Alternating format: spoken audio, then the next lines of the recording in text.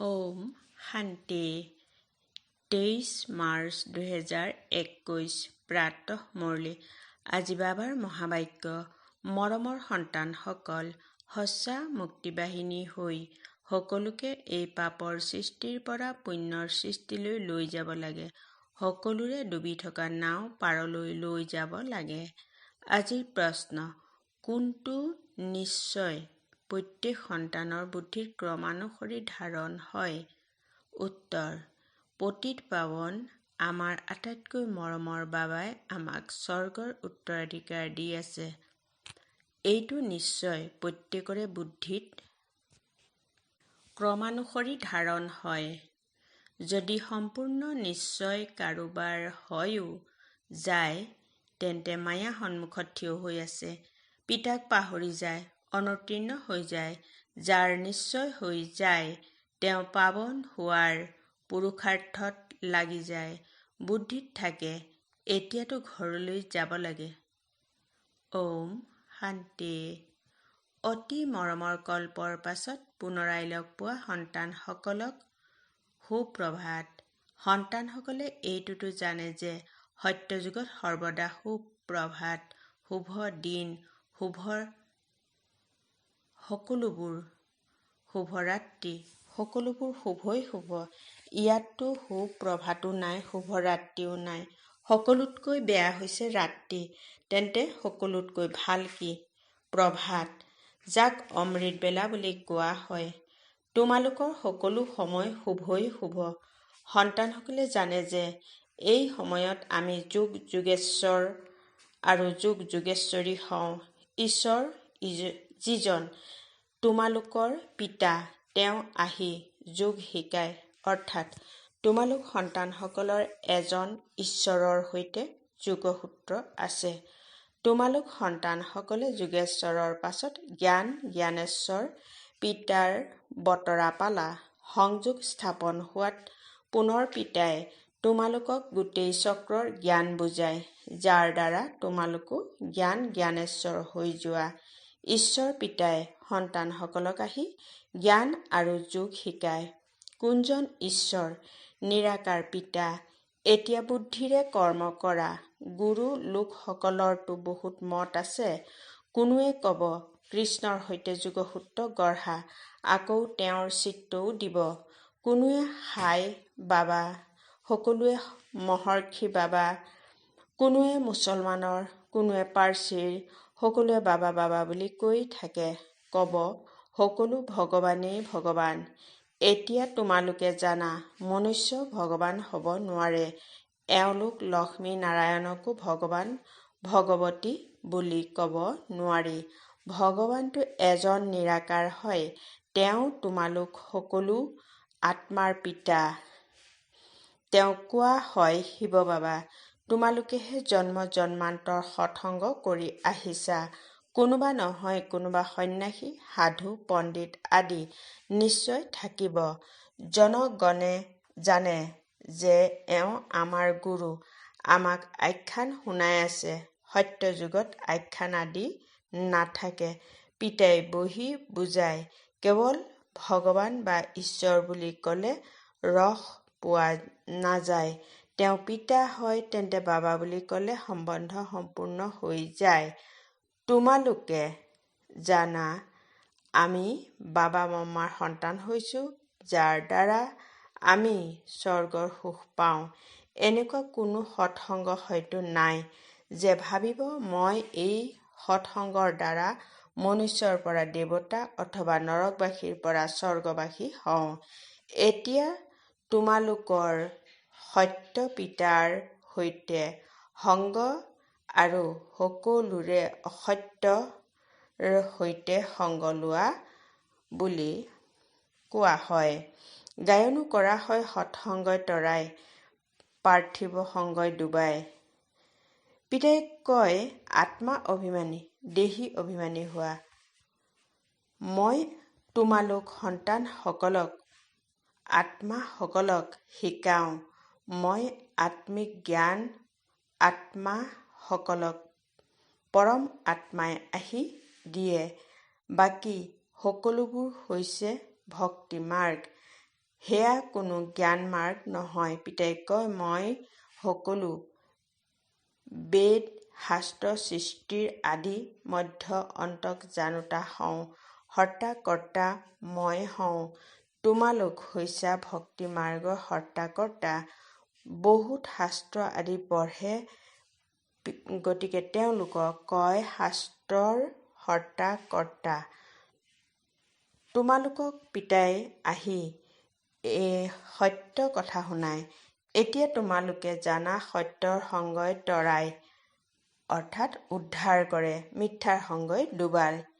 এতিয়া পিতাই তোমালোক সন্তানসকলৰ দ্বাৰা ভাৰতক উদ্ধাৰ কৰি আছে। তোমালোক হৈছা আত্মিক মুক্তিবাহিনী, উদ্ধাৰ কৰে। পিতাই কয় যে ভাৰত যি স্বৰ্গ আছিল সেয়া এতিয়া নৰক হৈ গৈছে, ডুবি আছে। বাকী এনেকৈ কোনো সাগৰৰ তলত নাই। তোমালোক সতোপ্ৰধানৰ পৰা তমোপ্ৰধান হৈ গলা। সত্যযুগ ত্ৰেতা হৈছে সতোপ্ৰধান। এয়া ডাঙৰ পানী জাহাজ। তোমালোক পানীৰ মাজত বহি আছা। এইখন পাপৰ নগৰী, কিয়নো সকলো মানুহৰ বাবাই কৈছে সকলো পাপ আত্মা আছে। বাস্তৱত গুৰু এজন, তেওঁক কোনোৱে নাজানে। সদায় কয়, হে ঈশ্বৰ পিতা। এনেকৈ নকয় যে ঈশ্বৰ পিতা আহি তথা গুৰু, পিতা তথা গুৰু নহয়, কেৱল পিতা বুলি কয়। তেওঁ পতিত পাৱন হয়, তেন্তে গুৰুও হৈ গ'ল। সকলোৰে পতিত পাৱন সদ্গতি দাতা এজন। এই পতিত সৃষ্টিত কোনো মনুষ্য সদ্গতি দাতা বা পতিত পাৱন হ'ব নোৱাৰে। পিতাই কয়, কিমান ভেজাল ভ্ৰষ্টাচাৰ আছে। এতিয়া মই কন্যা আৰু মাতাসকলৰ দ্বাৰা সকলোকে উদ্ধাৰ কৰিব লাগে। তোমালোক সকলো ব্ৰহ্মা কুমাৰ কুমাৰী ভাই ভনী হৈ গলা। নহ'লে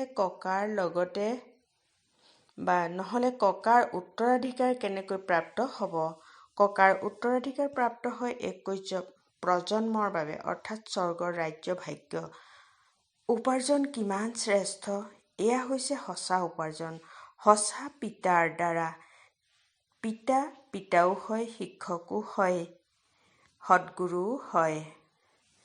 বাস্তৱত কৰি দেখাওঁতা এনেকুৱা নহয় যে গুৰুৰ মৃত্যু হ'লে তেতিয়া শিষ্যই গাদী পায়। তেওঁলোক হৈছে পাৰ্থিৱ গুৰু, এওঁ হৈছে আত্মিক গুৰু। এই কথাবোৰ ভালদৰে বুজিব লাগে। এয়া একেবাৰে নতুন কথা। তোমালোকে জানা, আমাক কোনো মনুষ্যই নপঢ়ায়। আমাক শিৱ বাবাৰ জ্ঞানৰ সাগৰ পতিত পাৱন এই শৰীৰৰ দ্বাৰা পঢ়ায়।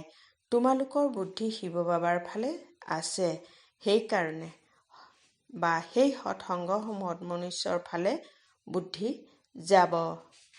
সেই সকলোবোৰ হৈছে ভক্তি মাৰ্গ। এতিয়া তোমালোক গায়ন কৰা, তুমি মাতা পিতা, আমি অৱতাৰ সন্তান। এয়াতো এজনেই নহয় জানো? কিন্তু বাবাই কয় যে মই কেনেকৈ উদ্ধাৰ পাম বা কেনেকৈ আহি তোমালোকক নিজৰ কৰি লওঁ। মই তোমালোকৰ পিতা হওঁ, সেয়েহে এওঁৰ অৰ্থাৎ ব্ৰহ্মাৰ শৰীৰৰ আধাৰ লওঁ। গতিকে এওঁ অৰ্থাৎ ব্ৰহ্মা মোৰ স্ত্ৰীও হয়, সন্তানো হয়। এওঁৰ দ্বাৰা শিৱ বাবাই সন্তানসকলক তুলি লয়, তেন্তে এওঁ জ্যেষ্ঠ মম্মা হৈ গ'ল।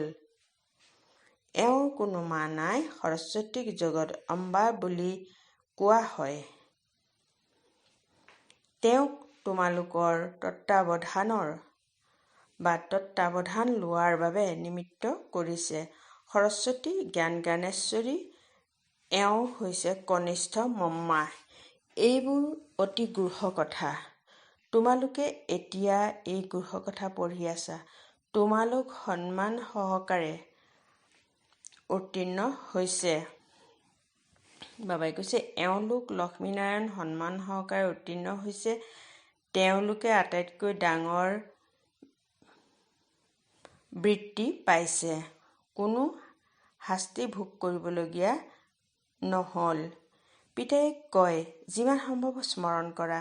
ইয়াক ভাৰতৰ প্ৰাচীন যুগ বুলি কোৱা হয়।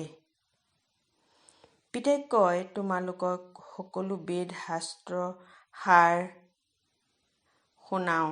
মই তোমালোকক ৰাজযোগ শিকালো, যাৰ দ্বাৰা তোমালোকে প্ৰাৰব্ধ লাভ কৰিলা। পুনৰ জ্ঞান শেষ হৈ গ'ল।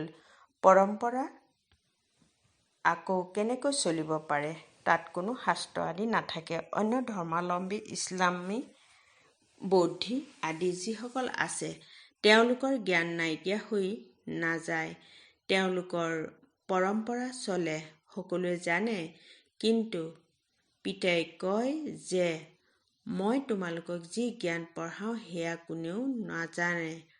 ভাৰত দুখী হৈ যায়, তেওঁলোকক আহি সৰ্বদা সুখী কৰি তোলা। পিতায়ে কয়, মই সাধাৰণ শৰীৰত বহি আছো।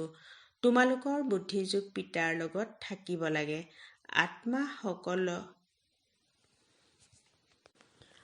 বাবাই কৈছে, আত্মাসকলৰ পিতা হৈছে পৰমপিতা পৰমাত্মা। সকলো সন্তানৰ তেওঁ পিতা হয়। সকলো তেওঁৰ সন্তান নহয় জানো? সকলো আত্মা এই সময়ত পতিত। পিতায়ে কয়, মই বাস্তৱত আহিছো।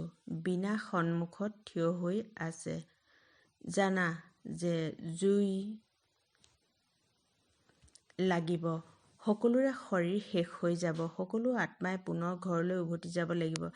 এনেকুৱা নহয় যে ব্ৰতত লীন হৈ যাব বা জ্যোতিত সমাহিত হৈ যাব। ব্ৰহ্মপুত্ৰ বাবাই কৈছে, ব্ৰহ্ম সমাজীসকলে আকৌ জ্যোতি জ্বলায়। তাক ব্ৰহ্ম মন্দিৰ বুলি কৈ দিয়ে। বাস্তৱত হৈছে ব্ৰহ্ম মহাতত্ত্ব, য'ত সকলো আত্মা থাকে। আমাৰ প্ৰথম মন্দিৰ হৈছে সেইটো। পবিত্ৰ আত্মাসকল য'ত থাকে,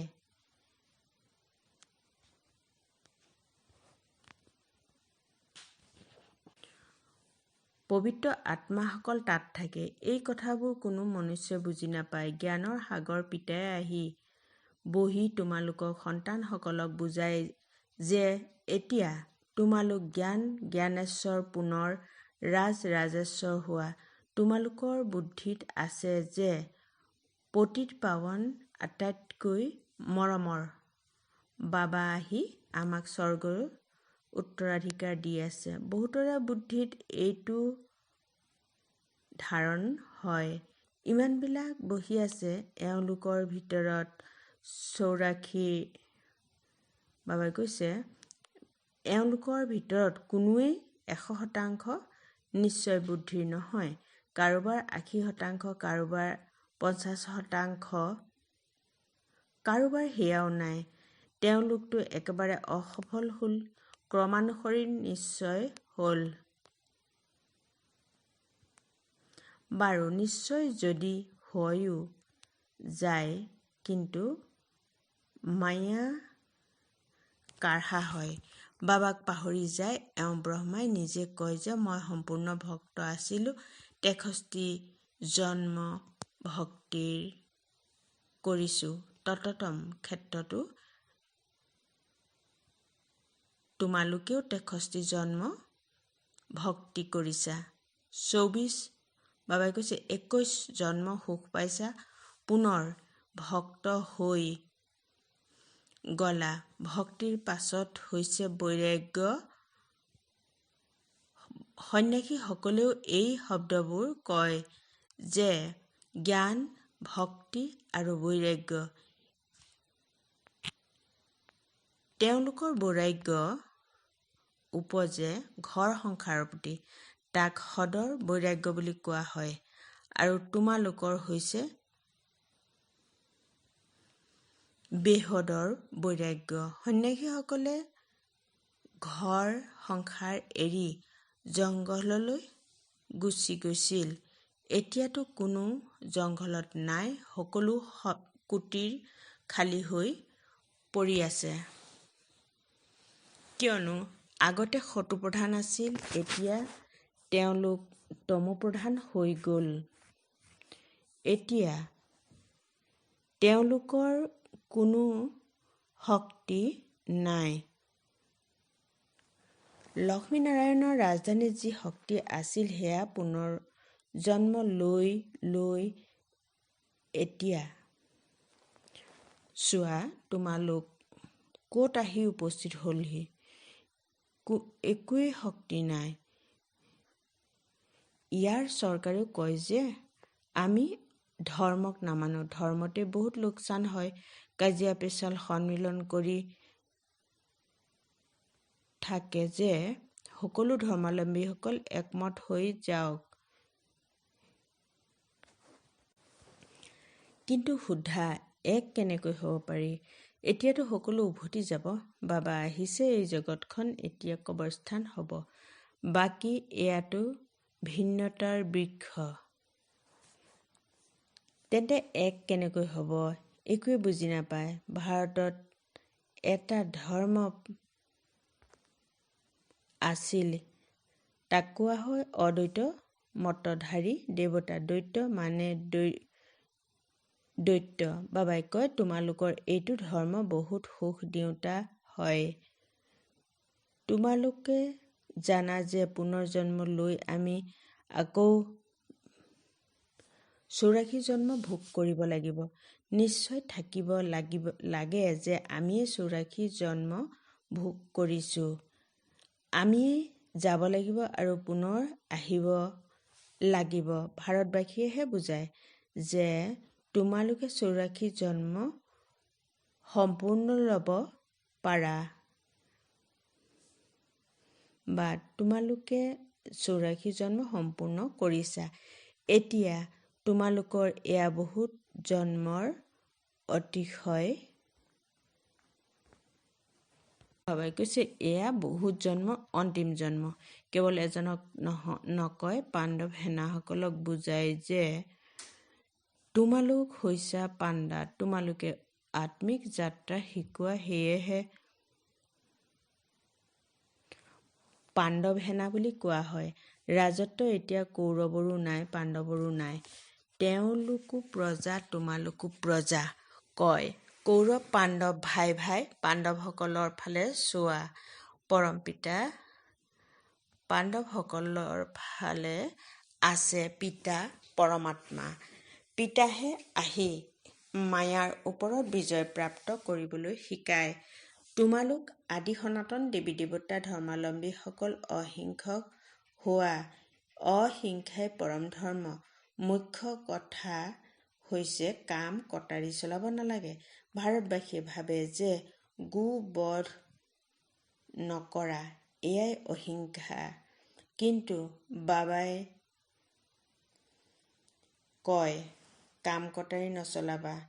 ইয়াকহে আটাইতকৈ ডাঙৰ হিংসা বুলি কোৱা হয়। সত্যযুগত কাম কটাৰী কাজিয়া পেচাল নচলে। ইয়াততো দুয়োটাই আছে।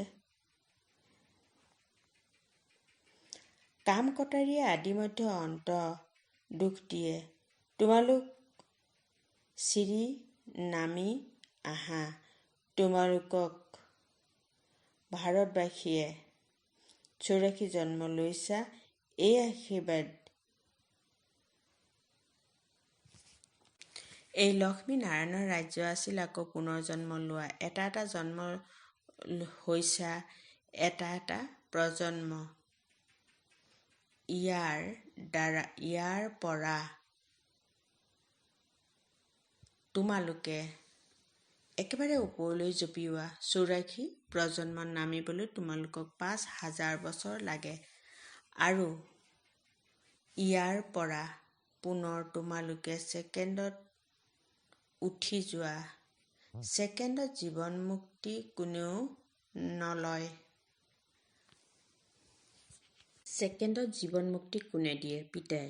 এতিয়া সকলো একেবাৰে মাটিত পৰি আছে। এতিয়া পিতাই কয় কেৱল মোক স্মৰণ কৰা। বুদ্ধিত এইটো স্মৃতি ৰাখিব লাগে যে এতিয়া নাটক সম্পূৰ্ণ হ'ল। আমি ঘৰলৈ উভতি যাব লাগে। আমি নিজৰ পিতাক আৰু ঘৰখনক স্মৰণ কৰিব লাগে। প্ৰথমে বাবাক স্মৰণ কৰা, তেওঁৱেই তোমালোকক ঘৰৰ ৰাস্তাত দেখুৱাব। পিতাই স্মৃতিৰ বিকৰ্ম বিনাশ হয়। ব্ৰহ্মক স্মৰণ কৰিলে এটাও পাপ খণ্ডন নহ'ব, পতিত পাৱন পৰমাত্মাহে হয়।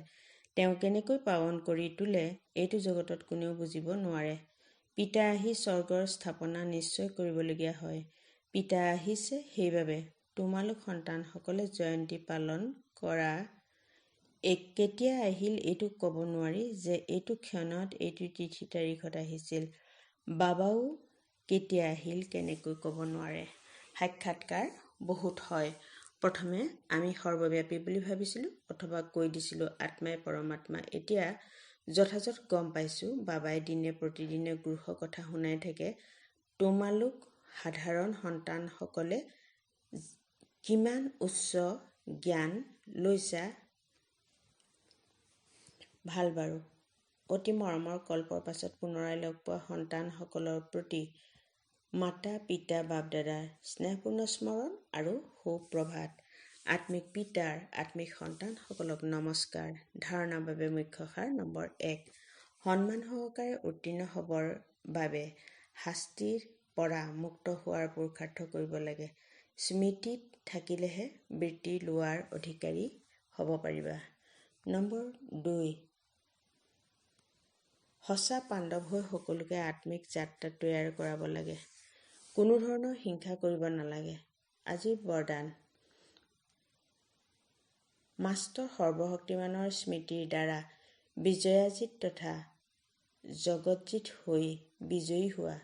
বহলাই এনেদৰে কোৱা হৈছে, যিসকল সন্তানে বহুত ভাবে যে গম নাপাওঁ মায়া কিয় আহি গ'ল, এতিয়া মায়ায়ো তেনে সন্তানক ভীতিগ্ৰস্ত হোৱা দেখি আৰু বেছিকৈ প্ৰসাৰ কৰে। সেয়েহে ভাবাৰ সলনি সদায় মাষ্টৰ সৰ্বশক্তিমান পূবৰ স্মৃতিত থাকা, তেতিয়া বিজয়ী হৈ যাবা। বিজয়ী ৰত্ন কৰি তোলাৰ নিমিত্তেহে মায়াৰ এয়া সৰু সৰু ৰূপ। সেয়েহে নিজক মায়াজিত জগজ্জিত বুলি বুজি মায়াৰ ওপৰত বিজয় প্ৰাপ্ত কৰা। দুৰ্বল নহবা, প্ৰত্যাহ্বান জনাওতা হোৱা। শ্লোগান: প্ৰত্যেক আত্মাৰ পৰা শুভ আশীৰ্বাদ প্ৰাপ্ত কৰিবলৈ হ'লে বেহদৰ শুভ ভাৱনা আৰু শুভ কামনাত স্থিত হৈ থাকা। ওম শান্তি।